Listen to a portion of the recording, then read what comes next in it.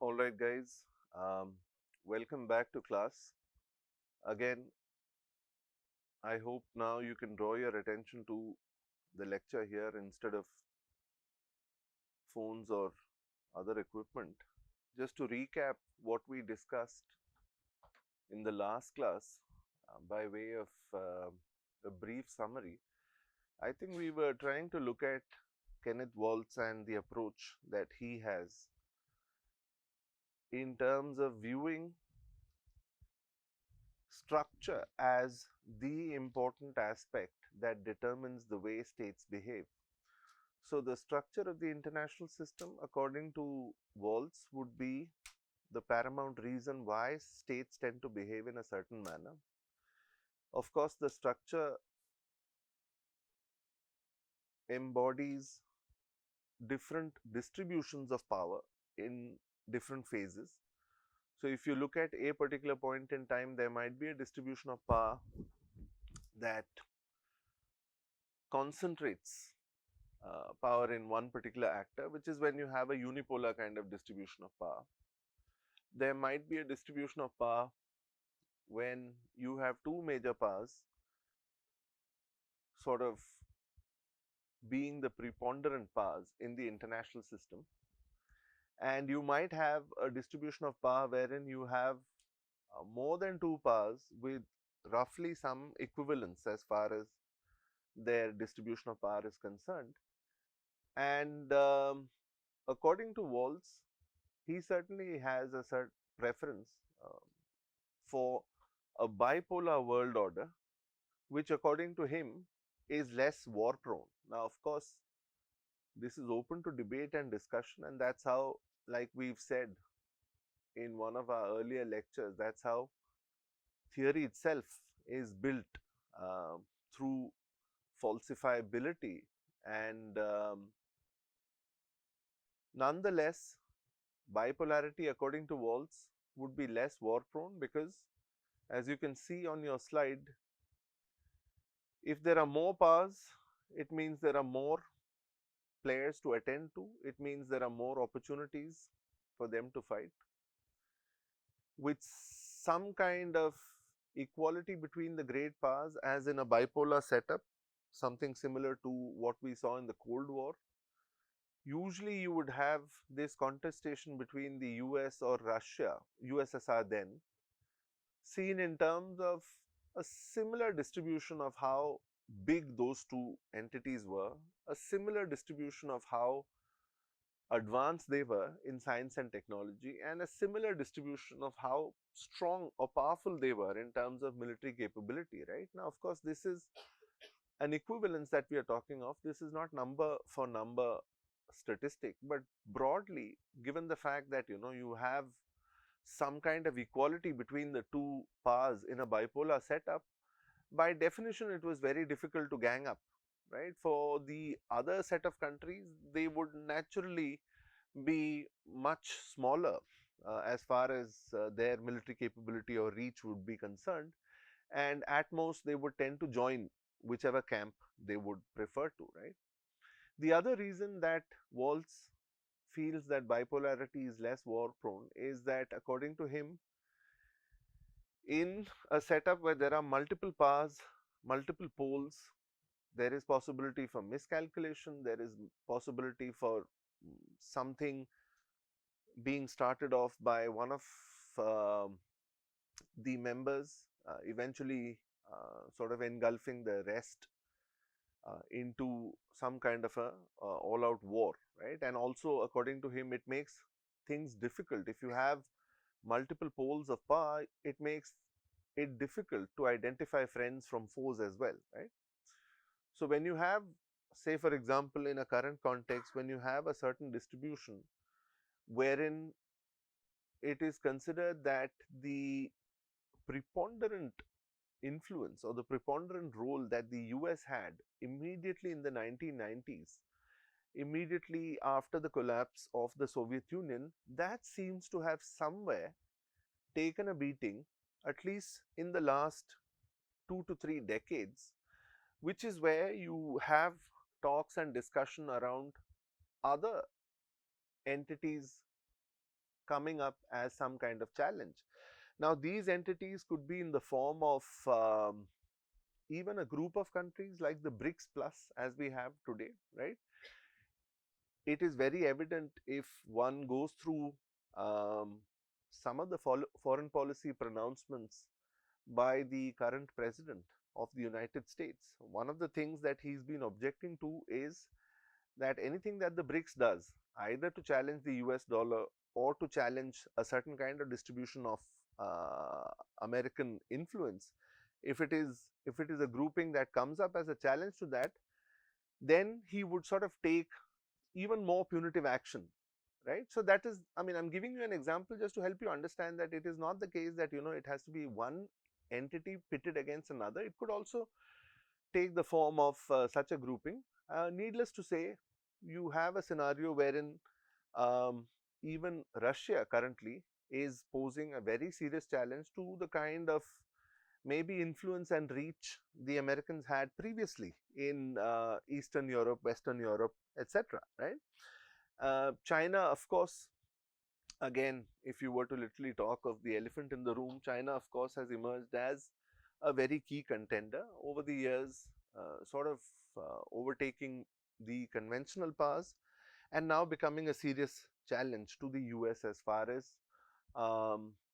economic might is concerned, if not military might, right? That remains to be tested, but certainly economic might, right?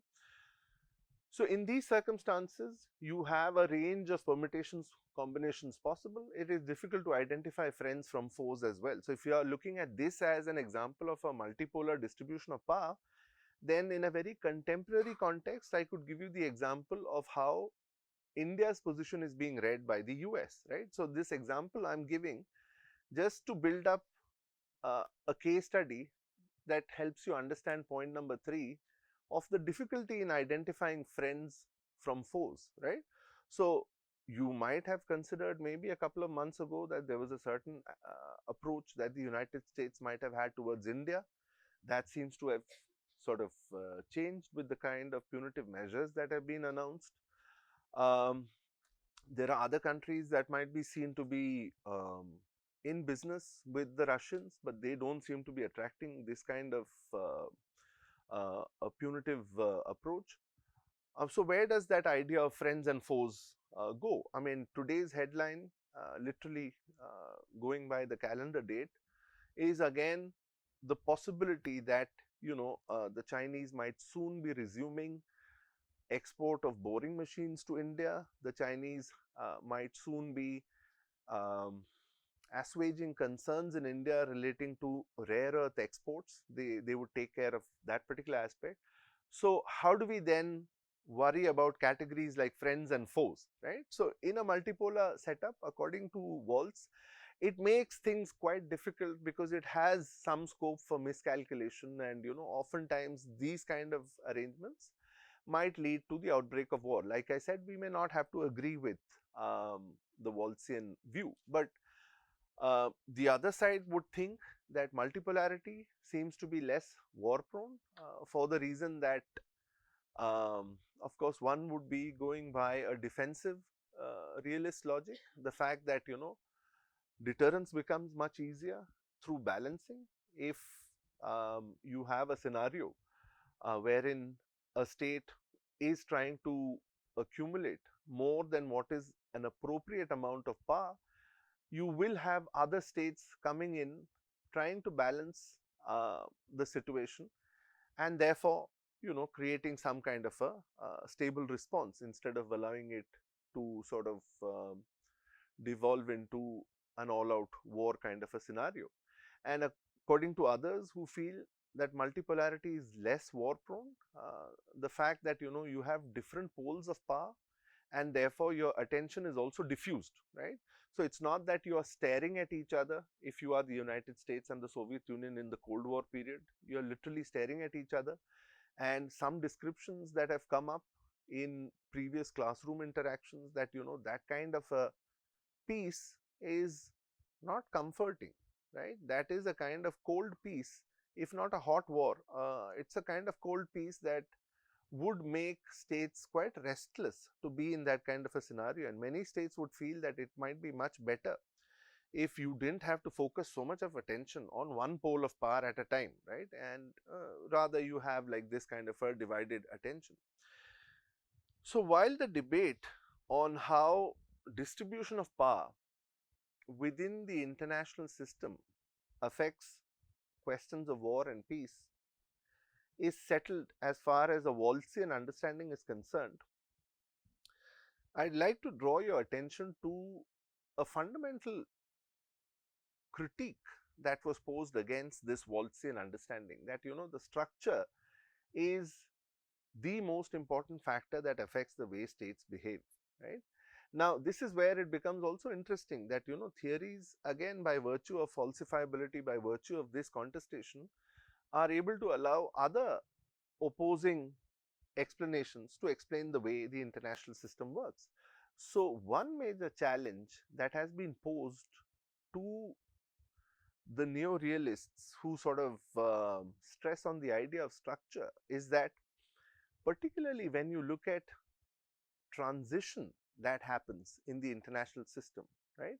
So, if you were to look at transition that happened, say, in the 16th century, 17th century, 18th century, 19th century, and I can think of powers like Portugal, I could think of powers like Spain, I could think of Britain. And when you look at all of the changes that would have happened in, and I'm talking of, a 400, 500 year long time frame, when you look at how change happened, it seems to be that change happened in a very violent manner, right? That's what the realists would have us believe, that, the only thing that is constant for states is that need to survive. How do you ensure survival? Is by accumulating more and more military capability, because that is the main goal, to accumulate more and more power, more and more military capability.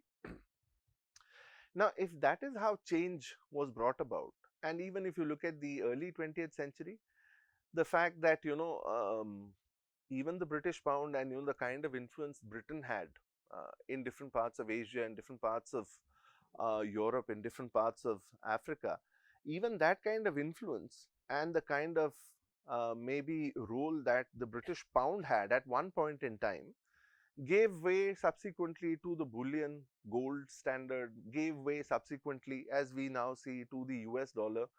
And even this transition came about as a result of a certain early 20th century violence, right? Whether it was World War I, World War II, whatever, there was a certain use of force, which is how we've come to see how the realists tend to view even change happening. But the interesting bit is that one major change that they try and explain, and that is the end of the Cold War, and the fact that with that you had one entire pole of power disappearing, as it were, from the landscape, right? So you had the communist camp, which till that point in time was considered to be a very strong contender against the US. Now in the 1990s, with the end of the Cold War, you have a scenario wherein that particular transition to the US preponderance was not the result of any violent act of war. And it is here that critics pose this challenge to scholars who are part of the neo-realist approach, that at some level, when you look at what caused that particular transition, or what was behind the build-up, at some level, scholars suggest that it was the availability of nuclear weapons, right? Now, here the critique is at two levels. One level is that if you say that, well, nuclear weapons also are part of accumulation of military capability, if that is the argument, then there is a certain quality related to nuclear weapons that is not identified with conventional military capability, with conventional accumulation of military power, right? And what is that? Conventional power was always seen to be relative, right? Conventional power was always seen to be in relative terms. He has 30 tanks, I have 40 tanks, therefore I am militarily better. He has XYZ, I have XYZ into 4. That is why this particular distribution of power makes me more powerful. But when it came to nuclear weapons, the logic of nuclear weapons was that it was supposed to be an absolute kind of a weapon, right? It didn't matter if you had 10 nuclear warheads or 1,000. The fact of the matter is that, 1 or 2 would be sufficient to ensure all out kind of destruction. So one was that idea of relativism versus the absolute quality of military capability being acquired by states. That in a way also brought a dent to the understanding of structure, right? So it was no longer structure, but it was something at the unit level that was affecting the behavior of states. I hope you understand the distinction that we are trying to draw. Earlier, neo-realists would have us believe that the structure was making states behave the way they behaved. But now, the explanation seems to be in a unit level factor, which is nuclear weapons, that now seems to be suggesting that, this is how states are behaving, right? So, very clearly there was some kind of challenge that was posed, but I just thought that I would bring it to your attention. This argument relating to nuclear weapons and this argument relating to absolute versus relative, again, the other challenge is that simply by having a nuclear weapon doesn't mean that, the international community would respond to you with that level of seriousness, right? So if a country A has been threatening that, and without naming countries, if I were to give you an example that a country has been threatening that, I would test fire intercontinental ballistic missiles that can reach from Asia to New York. If somebody has been making these kind of threats, there is a certain credibility also that needs to be there for others in the international community to take you seriously, right? So the question of credibility also comes into the picture. So I just thought I'll point out to you that, there are developments that we see, particularly in the last 3 to 4 decades, wherein this whole notion of bipolarity being a more peaceful kind of a setup or more amenable to stability and peace, it has been challenged, and that's the reason why we study other theories and not just stick to, a realist kind of an understanding. So just to sum up the points here, that, the critique relating to a bipolar world also is that that kind of peace may not be a peaceful kind of peace. It might be some kind of a cold peace that doesn't leave states in a state of being, feeling as if, things are in status quo, things are normal, etc. And the fact that nuclear weapons, they at some level pose a dilemma to the realist understanding of what causes stability. So if the realists feel that the structure is what ultimately results in some kind of stability, they are challenged by this new development that, here you have weapons, a unit level change that states possess, but that dramatically affects the way others start behaving, right? So this is just a point for you to keep in mind. Doesn't take away from the overall merit in a neo-realist argumentation. It doesn't take away from that. As we had previously discussed, features of any good theory are that, it should be falsifiable, and, just 1 or 2 developments don't make it, completely irrelevant. So I just thought I'll draw that to your attention. And the other interesting bit was also in the way realists tend to see history playing out. And I think we have discussed this previously in class, that whenever we cite the example of how change has happened, and we gave examples, whether it was the Portuguese, the Spaniards, the Dutch, the British, or subsequently what happens in the 20th century, realists would say that, there doesn't seem to be much progress happening. It seems to be the same thing playing out over and over again, right? So it might just be,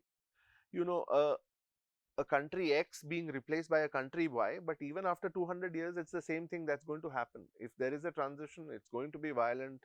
And again, the world would be reset to another kind of an international system, which then would again pursue the same kind of power, interest defined in terms of military capability, so on and so forth.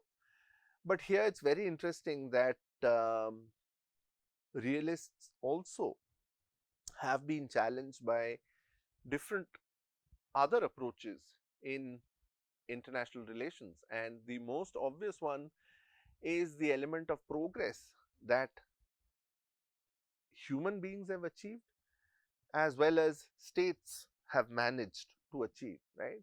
So on the one hand, you have a realist understanding which focuses on maybe the same thing being repeated over and over again, and that's why it's a very pessimistic kind of an understanding.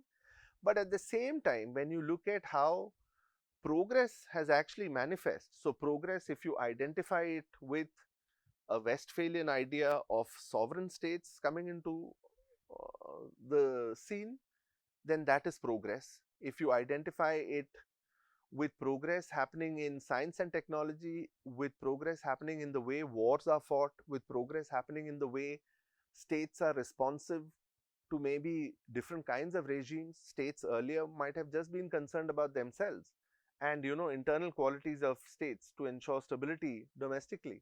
But maybe progress is seen in the way states are responding to international law, states are responding to international institutions, etc. So this debate between something which is seen to be very pessimistic, something which is seen to be very constant, something which is seen to be the same thing repeating itself over and over again, is sharply contested by other scholars also, and which is what brings us to this last point, that while continuity, right, might be the dominant theme of realism, because according to realists, anarchy makes all of these states to behave in the same manner. So it doesn't matter if 17th century Portugal or 19th century Britain or 21st century US, doesn't matter. All of them will behave in a pretty similar power maximizing way. If they don't do that, everything will then again be reset with a powerful hegemon rising and the others falling back, right? So that's one way of looking at things. But it's very interesting that in recent years, and particularly when you look at change as it has happened in terms of a major redistribution of power, it seems to have happened without the use of violence, right? So that's the last point, which we already alluded to previously, but you look at the points that I've highlighted in the slide relating to the transition from a bipolar world to a unipolar, multipolar distribution. That was with the collapse of the Soviet Union, or the fact that we are looking at nuclear weapons, which are basically unit level explanations of what realists try to explain as a structural kind of a phenomenon, right? So I just wanted to draw your attention to both of these points. And I think having discussed that, it would be fair to summarize the entire realist approach under these three heads. So realists, according to them, states tend to be the dominant actors in the international system. States tend to be the only coherent units. If you go to realists and tell them about international institutions, international law, international human rights, they would say that, that might be part of the script, that might be part of the play, but the playwright essentially remains the state, right? So that's the most simplest way of trying to understand that realist view. Don't have to agree with it, but that's the view. The importance that is given to force, the fact that force is usable, the fact that, for a very long period of time, force is seen to be the major instrument that actually results in all of these changes, right? Force is usable and effective and brings about change. Of course, we had punctured that argument by also looking at change that happens without the use of armed force, but nonetheless, this remains an important view that realists take.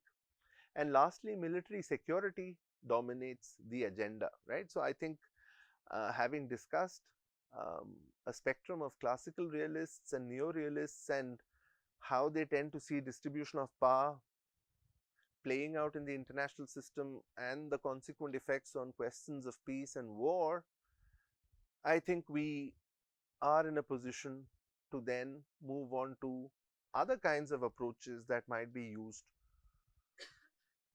to look at the international system. And when we contrast realism, usually the other major approach is a liberal approach, right? So when you contrast realism, you sort of begin by, um, again, a range of scholars who, over a period of time, so if you look at the kind of progress examples that we had given, 17th century, the fact that we move towards idea of sovereign Westphalian states. Subsequently, we look at a different kind of economy also emerging when you reach the 19th century. The fact that, earlier you might have been a farmer, a shepherd, but now with industrial revolution, you can now master machines to in fact affect the way economic outcomes can be delivered, right? Instead of, your conventional understanding of how labor had to be used. So progress, the idea that, progress can be there. It's a very different approach. So I want you to imagine how it fares vis-a-vis a realist kind of approach, which would just be a very pessimistic view on how the same thing happens over and over again. So the liberals would have argued that at some level, individuals need not be seen to be evil. So you remember one of the qualitative features of classical realists, whether it was a Machiavellian view, whether it was Hobbes's understanding, was that human beings are essentially evil, right? And there was a certain view by scholars like Hans Morgenthau who would have suggested that there is an inherent lust for power that human beings have. The liberals say that that is not necessarily so, right? They would say that if you can learn war, you can also learn peace. They would say that look at human history, and if you were to tabulate the period of time in which human beings have been at war with each other versus the period of time where human beings as a collective might have progressed and been at peace, they would say that, we've sort of soft wired, or we've sort of learned to be at peace as well, right? They would say that if there are norms that have to be arrived at as a collective, then human beings do have the will to arrive at those norms, right? One example would be the example that we previously gave, that in a very Hobbesian understanding, we have to give up our rights so that the Leviathan or the ruling centralized authority can then ensure stability.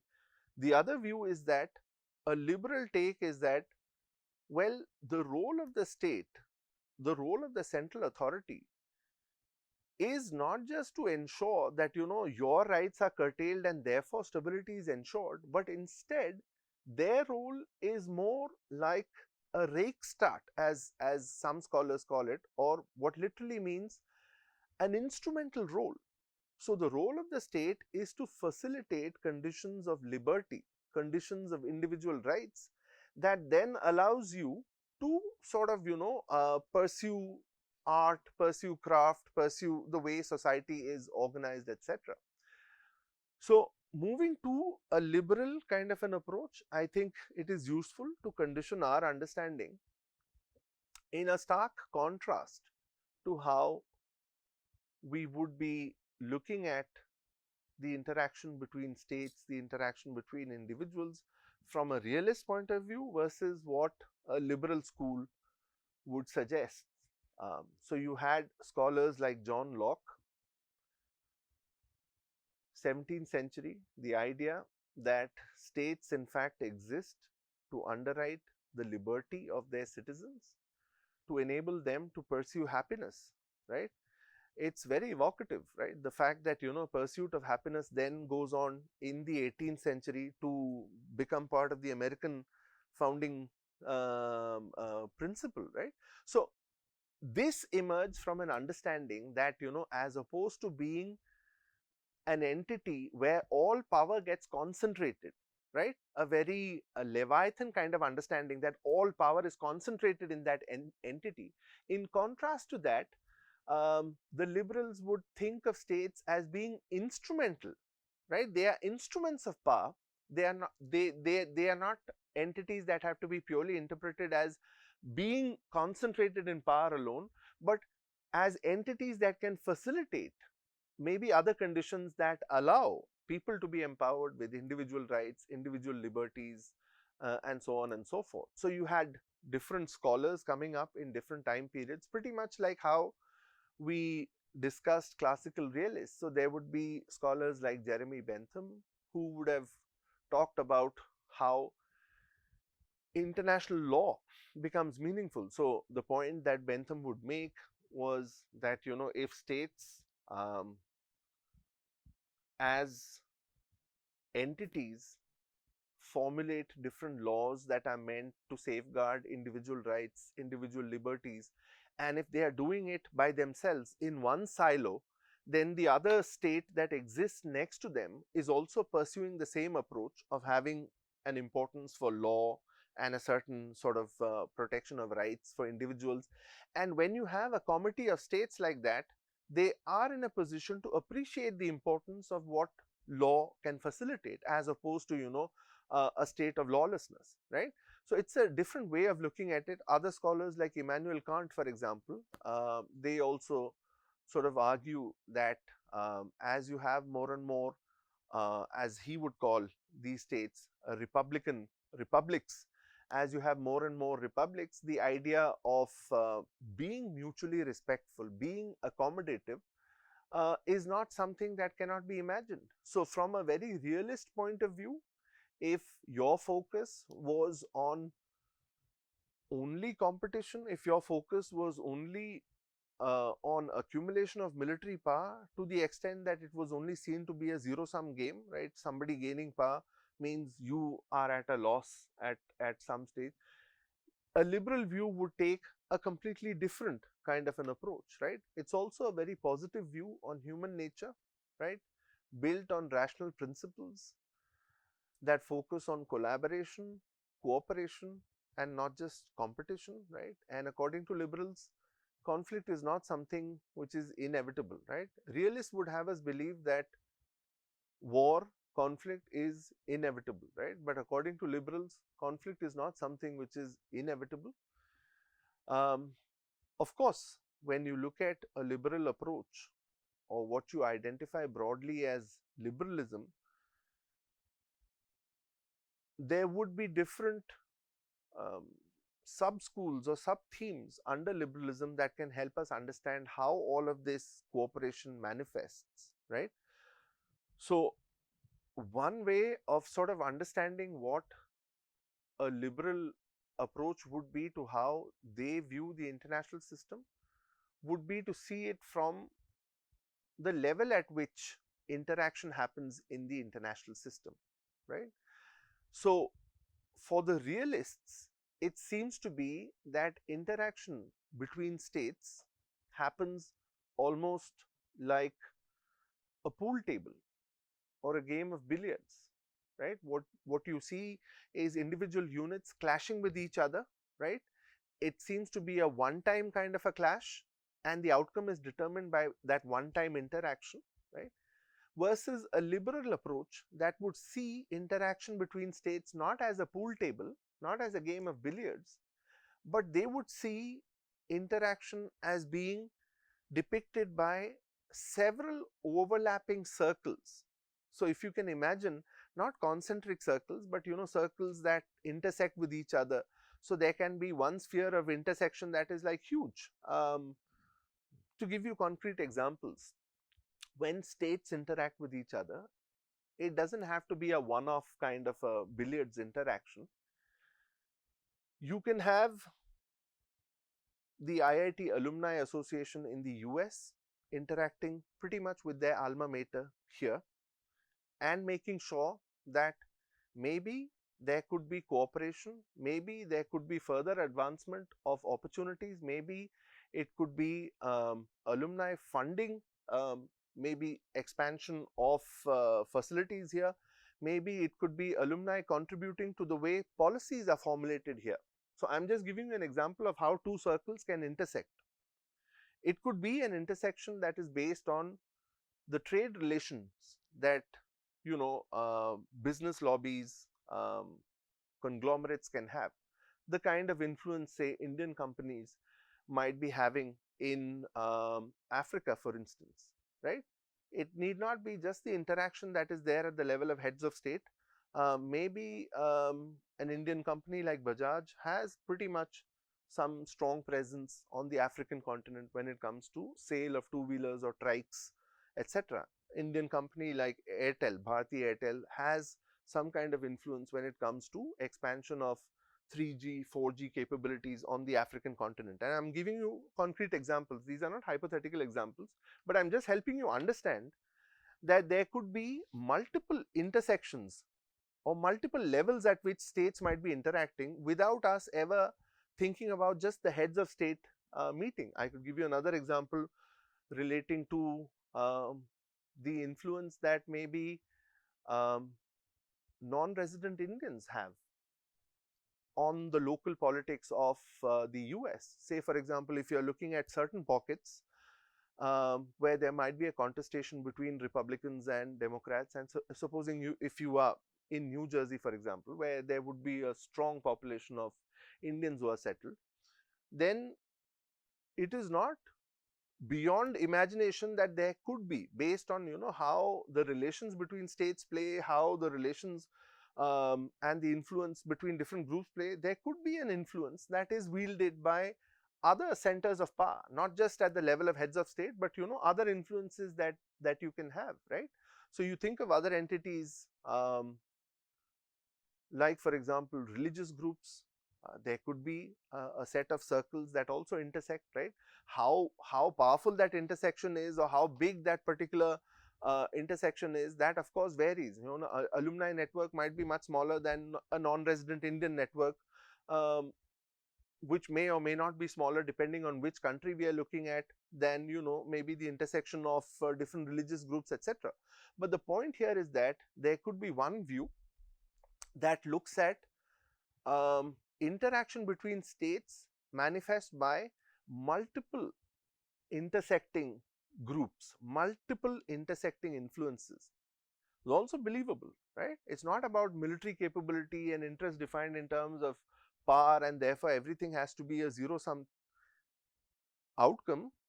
It could be a different way of looking at things. Then it's not just at the level of different groups. It could also be purely based on the understanding of how trade and investment tends to affect how relations between states are shaped, right? So some people would give the example of maybe the growing closeness between the Americans and the Japanese in economic terms for a fairly long period of time, to be one of the factors that helped in building a certain kind of understanding between the US and Japan that for some reason makes the memory of even the horrific World War II history seem to take a back seat when it comes to formulating common positions relating to foreign policy, right? It's a believable proposition, right? Of course, there might be others who would say that, well, it doesn't have to be trade and investment. It could actually be a very constructivist kind of an approach, and we'll reach there when we look at the evidence that constructivists would give. But certainly trade, investments, they are also part of how liberals tend to view the interactions between states playing out, right? So I've given you a description which is sociological in nature, I've given you a description which is economic in nature, right? And on those two points, I'll bring today's discussion to a close. More when we meet in the next class.